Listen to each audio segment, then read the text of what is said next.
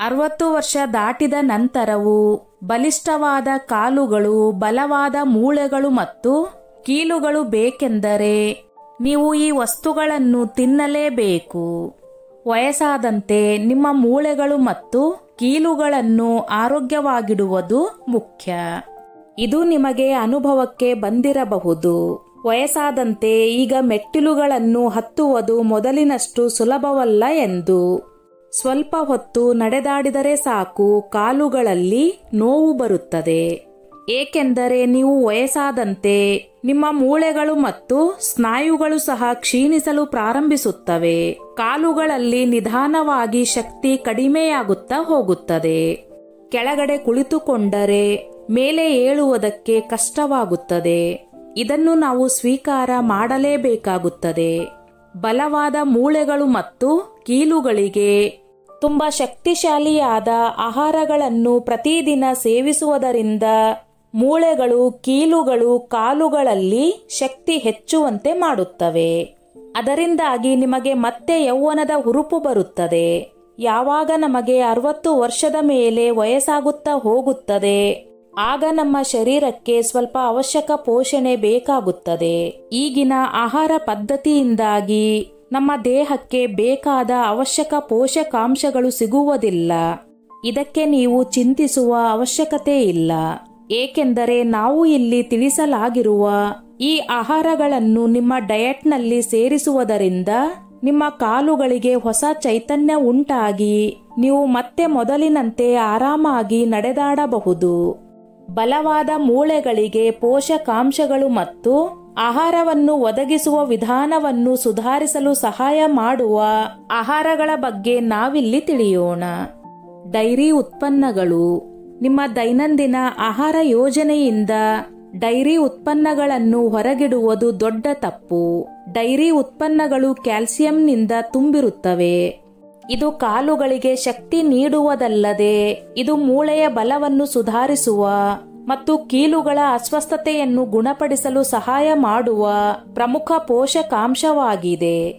Cheese, ಹಾಲು, ಮೊಸರಿನಂತಹ dairy ಉತ್ಪನ್ನಗಳು ಮೂಳೆಗಳನ್ನು ದೀರ್ಘಕಾಲದವರೆಗೆ ಆರೋಗ್ಯವಾಗಿಡಲು ಪ್ರಯೋಜನಕಾರಿ. ಹಾಲು ಮೂಳೆಗಳಿಗೆ ಏಕೆ ಉತ್ತಮ ಎಂದು ನೀವು ಎಂದಾದರೂ ಯೋಚಿಸಿದ್ದೀರಾ? ಏಕೆಂದರೆ ಇದು ಕ್ಯಾಲ್ಸಿಯಂ ಅನ್ನು ಮಾತ್ರವಲ್ಲದೆ ಪ್ರೋಟೀನ್, ರಂಜಕ, ವಿಟಮಿನ್ ಡಿ, ಪೊಟ್ಯಾಸಿಯಂ ಮತ್ತು ಇತರ ಖನಿಜಗಳಿಂದ ಕೂಡಿದೆ. ನಿಮಗೆ ಲ್ಯಾಕ್ಟೋಸ್ನಿಂದ ಯಾವುದೇ ರೀತಿಯ ಸಮಸ್ಯೆ ಇಲ್ಲದಿದ್ದರೆ ಮೊಸರನ್ನು ನಿಮ್ಮ ಆಹಾರದಲ್ಲಿ ಒಂದು ಭಾಗವನ್ನಾಗಿ ಮಾಡಿಕೊಳ್ಳಿ.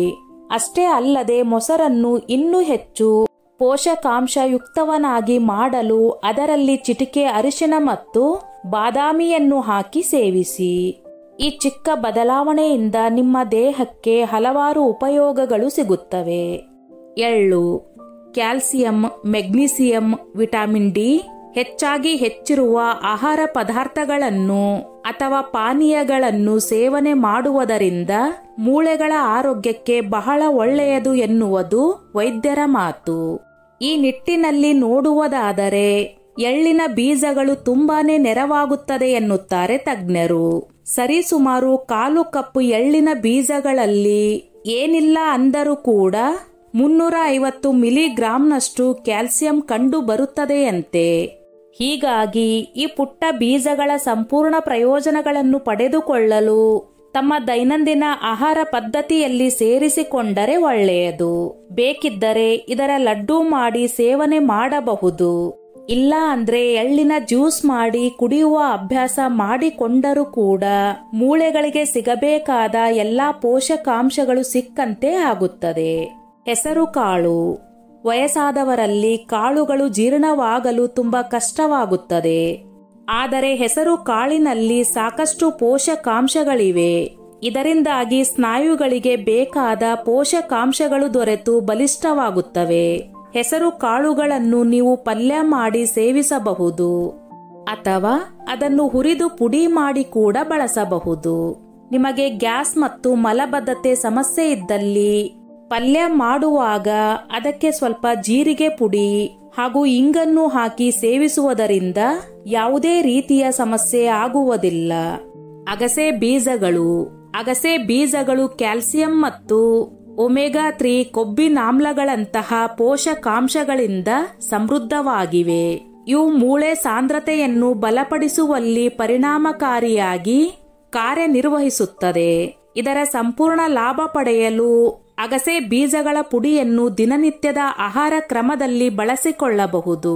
ಆದರೆ ಒಂದು ವಿಚಾರ ನೆನಪಿರಲಿ, ಈ ಅಗಸೆ ಬೀಜಗಳಲ್ಲಿ ಉಷ್ಣತೆ ಅಂಶ ಹೆಚ್ಚಿನ ಪ್ರಮಾಣದಲ್ಲಿ ಕಂಡು ಬರುವುದರಿಂದ ಸಣ್ಣ ಟೀ ಚಮಚದಷ್ಟು ಮಾತ್ರ ಸೇವಿಸಿ.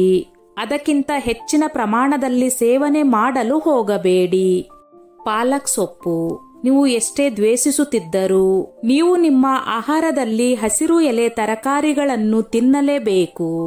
ಪಾಲಕ್ ಸೊಪ್ಪು ನಮ್ಮ ದೇಹಕ್ಕೆ ತುಂಬಾನೇ ಒಳ್ಳೆಯ ಆಹಾರವಾಗಿದೆ.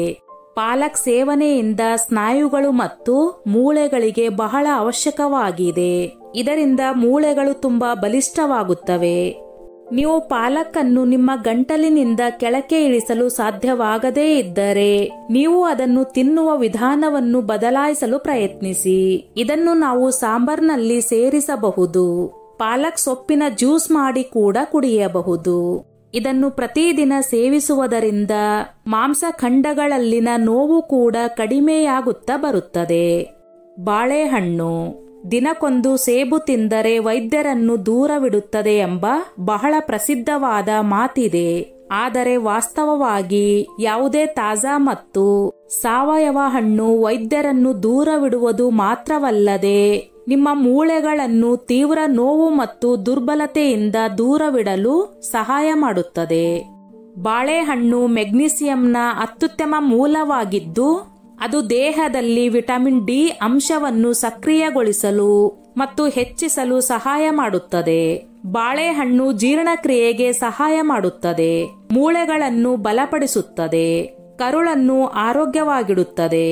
ಆರೋಗ್ಯಕರ ಮತ್ತು ಸಮತೋಲಿತ ಆಹಾರ ಯೋಜನೆಯು ದೇಹವು ಕ್ಯಾಲ್ಸಿಯಂ ಮತ್ತು ಮೆಗ್ನೀಸಿಯಂನಂತಹ ಅಗತ್ಯ ಪೋಷಕಾಂಶಗಳನ್ನು ಹೀರಿಕೊಳ್ಳಲು ಸಹಾಯ ಮಾಡುತ್ತದೆ.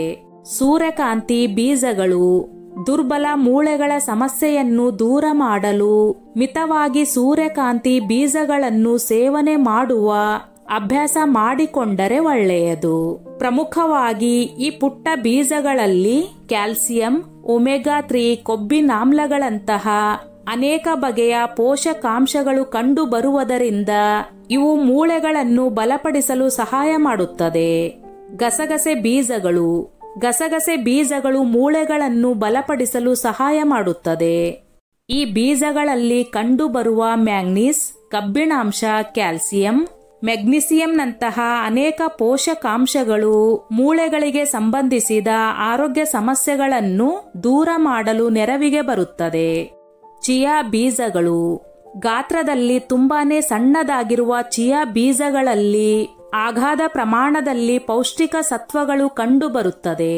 ಪ್ರಮುಖವಾಗಿ ಈ ಬೀಜಗಳಲ್ಲಿ ಹೆಚ್ಚಿನ ಪ್ರಮಾಣದಲ್ಲಿ ನಾರಿನಂಶ, ಅಧಿಕ ಪ್ರಮಾಣದಲ್ಲಿ ಪ್ರೋಟೀನ್, ಒಮೆಗಾ 3 ಕೊಬ್ಬಿನಾಮ್ಲಗಳು, ಕ್ಯಾಲ್ಸಿಯಂ ಹಾಗೂ ಮೆಗ್ನೀಸಿಯಂ ಅಂಶಗಳು ಯಥೇಚ್ಛವಾಗಿ ಕಂಡುಬರುವುದರಿಂದ ಹಲ್ಲುಗಳ ಆರೋಗ್ಯಕ್ಕೆ ಹಾಗೂ ದೇಹದ ಮೂಳೆಗಳನ್ನು ಗಟ್ಟಿಯಾಗಲು ಸಹಾಯ ಮಾಡುತ್ತದೆ.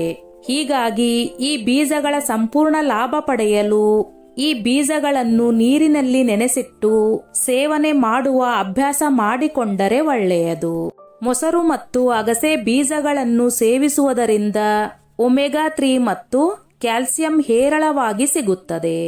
ಹೆಸರು ಕಾಳು ಮತ್ತು ಪಾಲಕ್ ಸೊಪ್ಪನ್ನು ಮಿಕ್ಸ್ ಮಾಡಿ ಸೇವಿಸುವುದರಿಂದ ದೇಹಕ್ಕೆ ಭರ್ಪೂರವಾದ ಪೋಷಕಾಂಶಗಳು ಸಿಗುತ್ತವೆ. ಬಾಳೆಹಣ್ಣು ಹಾಗೂ ಹಾಲನ್ನು ಮಿಕ್ಸ್ ಮಾಡಿ ಕುಡಿಯುವುದರಿಂದ ಕ್ಯಾಲ್ಸಿಯಂ ಹೆಚ್ಚಾಗಿ ದೇಹಕ್ಕೆ ಸಿಗುತ್ತದೆ. ನೀವು 60 ವರ್ಷ ದಾಟಿದ ನಂತರವೂ ಸ್ಟ್ರಾಂಗ್ ಆಗಿ ಇರಬೇಕು ಎಂದರೆ ಈ ಮೇಲೆ ತಿಳಿಸಿದ ಆಹಾರ ಪದಾರ್ಥಗಳನ್ನು ನಿಮ್ಮ ದೈನಂದಿನ ಆಹಾರ ಪದ್ಧತಿಯಲ್ಲಿ ಸೇರಿಸಿಕೊಳ್ಳಬೇಕು. ಸ್ನೇಹಿತರೆ, ಈ ನನ್ನ ಮಾಹಿತಿ ನಿಮಗೆ ಇಷ್ಟವಾಗಿದ್ದಲ್ಲಿ ದಯವಿಟ್ಟು ಶೇರ್ ಮಾಡಿ, ಲೈಕ್ ಮಾಡಿ ಮತ್ತು ಸಬ್ಸ್ಕ್ರೈಬ್ ಮಾಡಿ.